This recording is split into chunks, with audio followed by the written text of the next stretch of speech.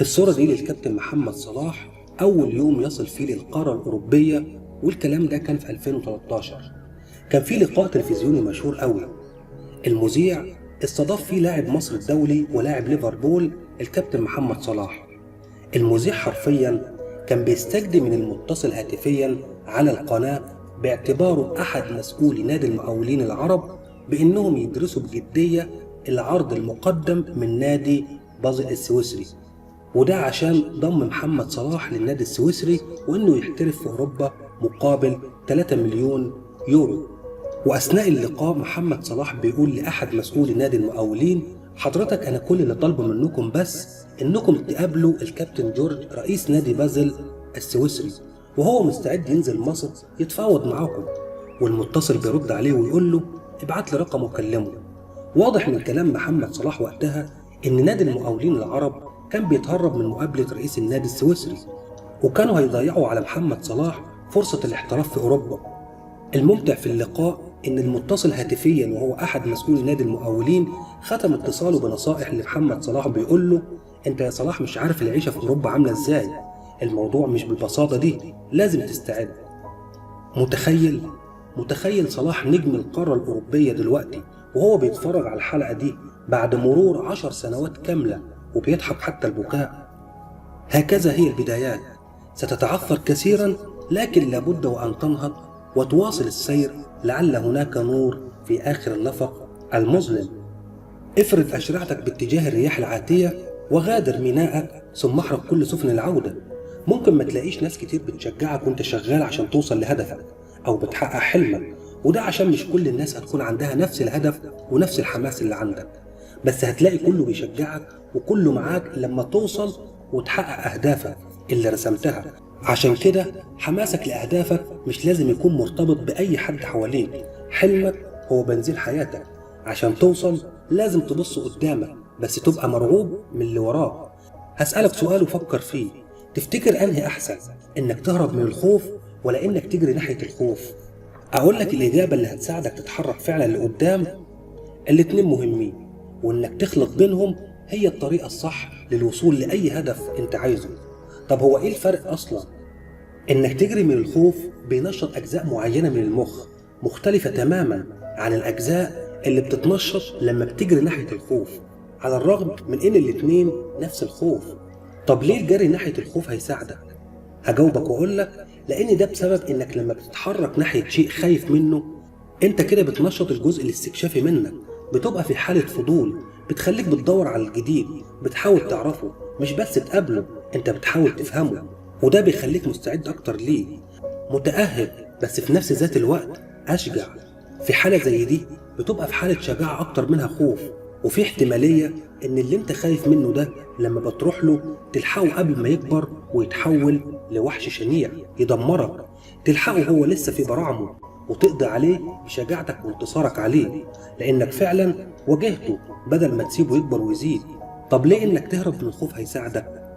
الانسان لما بيكون وراه شيء خايف منه بيكون اكتر توتر في انه يقف في مكانه، وده سببه هو ان المجهول بيهدد المعلوم، الفوضى بتهدد النظام، الضلمة بتهدد النور.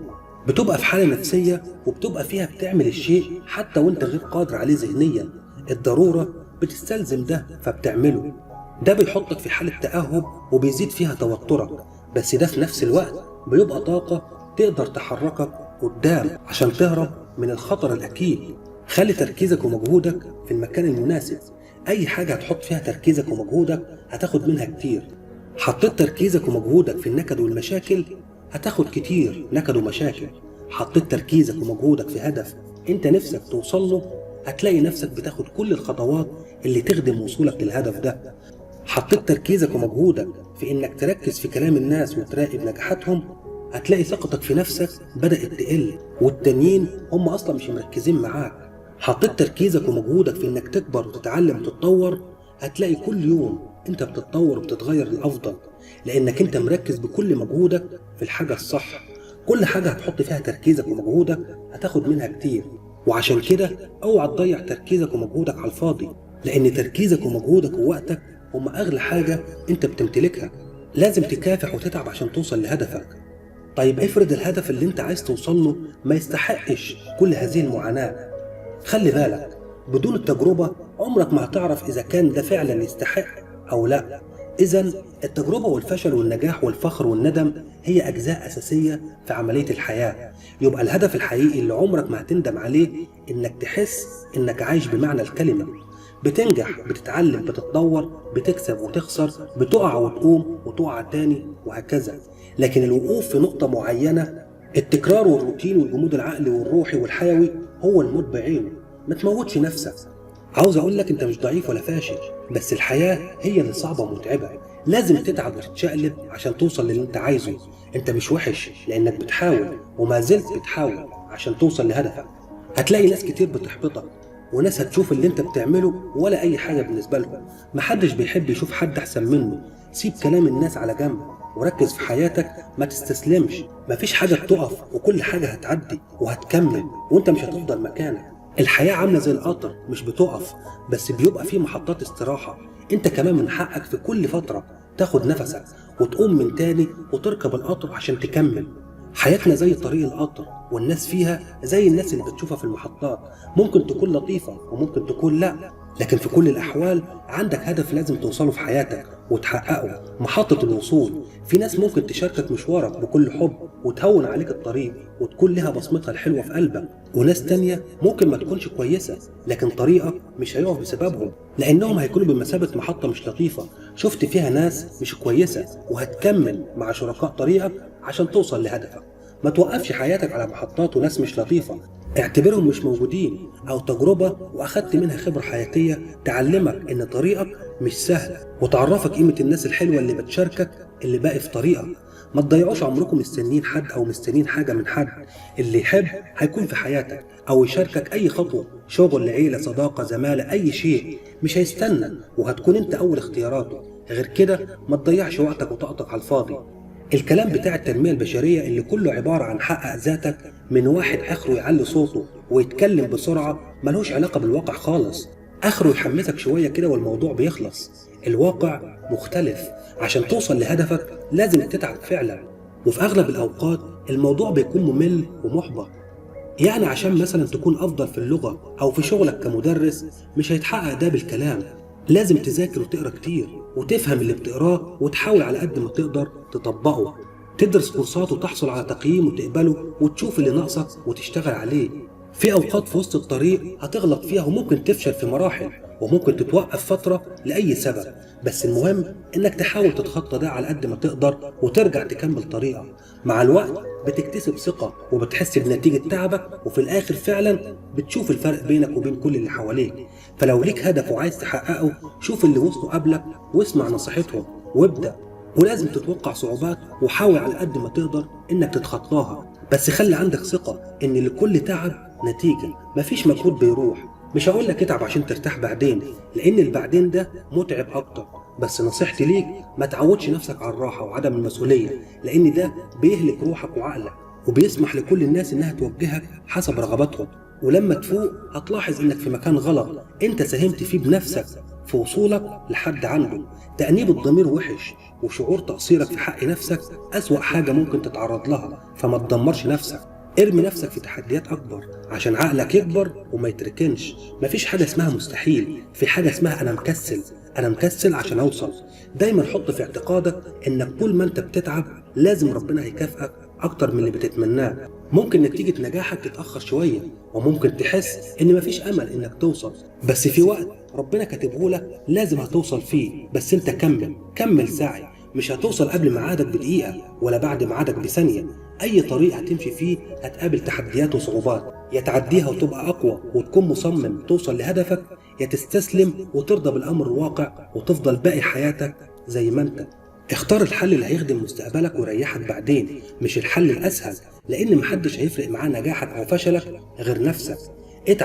اتعب واعمل اللي عليك وفاجئ الناس بنجاحك. مفيش حاجة اسمها صعبة ومستحيلة، طالما غيرك عملها يبقى أنت تقدر تعملها. عشان تنجح وتكون راضي عن نفسك لازم تخرج من الكومفورت زون أو منطقة الراحة. وبالمناسبة عقلك ما بيحبش إلا المنطقة دي. عقلك ما بيحبش يتعب، بس عشان تتغير لازم تيجي عليه وتخالف هواك. مش هتوصل لأي نجاح انت بتحلم بيه طول ما انت لسه في منطقة الراحة دي. طيب لو خرجت منها وبدأت تتعب وتشتغل وتنتج ووصلت اللي انت كنت بتطمح ليه، هترتاح؟ لا، برضه مش هترتاح. هتتعب برضه وهتبذل مجهود ويمكن اكتر بكتير كمان. طب ايه الفرق بين مجهود ما قبل الوصول ومجهودك وتعبك بعد ما وصلت لهدفك؟ الفرق بينهم يا صديقي ان المجهود اللي انت بتبذله عشان تخرج من منطقة الراحة غالبا مش هتكون بتحبه، بس بتعمل كده عشان توصل لحاجة انت بتحبها. يعني زي ما بيقولوا كده، هتعصر على نفسك ليمون. اما بقى لما بتوصل هتبذل نفس المجهود ويمكن يكون مضاعف كمان، بس هتكون بتبذل مجهود وانت مبسوط لانك بتبذله في حاجة انت بتحبها. بتتعب في حلمك، في هدفك، في كيانك. وما نيل المطالب بالتمني. النجاح مش نجاح وخلاص، لازم عشان تنجح لازم تتعب. لو ما تعبتش مش هتنجح. النجاح بداية الفشل اللي بيدي للنجاح نكهة مميزة. فعشان تحس بطعم النجاح لازم تتعب. ما تقولش خلاص كده مش هكمل، لا كمل وادي نفسك فرصة. المهم توصل لهدفك، ولو فشلت تاني برضه افضل كمل واكيد ربنا مش هيسيبك. بس انت يكون عندك ايمان بربنا وقوة تحمل، لان النجاح صعب جدا. لان النجاح صعب جدا لازم تقابل كل الوحش عشان توصل للنجاح. الفشل هو انك ما تحاولش توصل لهدفك. اسعى واتعب واجتهد وخلي قدام عينك هدف لازم توصل له. اتعب واشقى واعمل اللي تقدر عليه عشان توصل لهدفك. لازم تتعب وتستحمل التعب، لان الوصول للهدف مش بالساهل. هتقابلك مشاكل كتير وعراقيل كتير، فلازم تتخطاها عشان توصل لهدفك.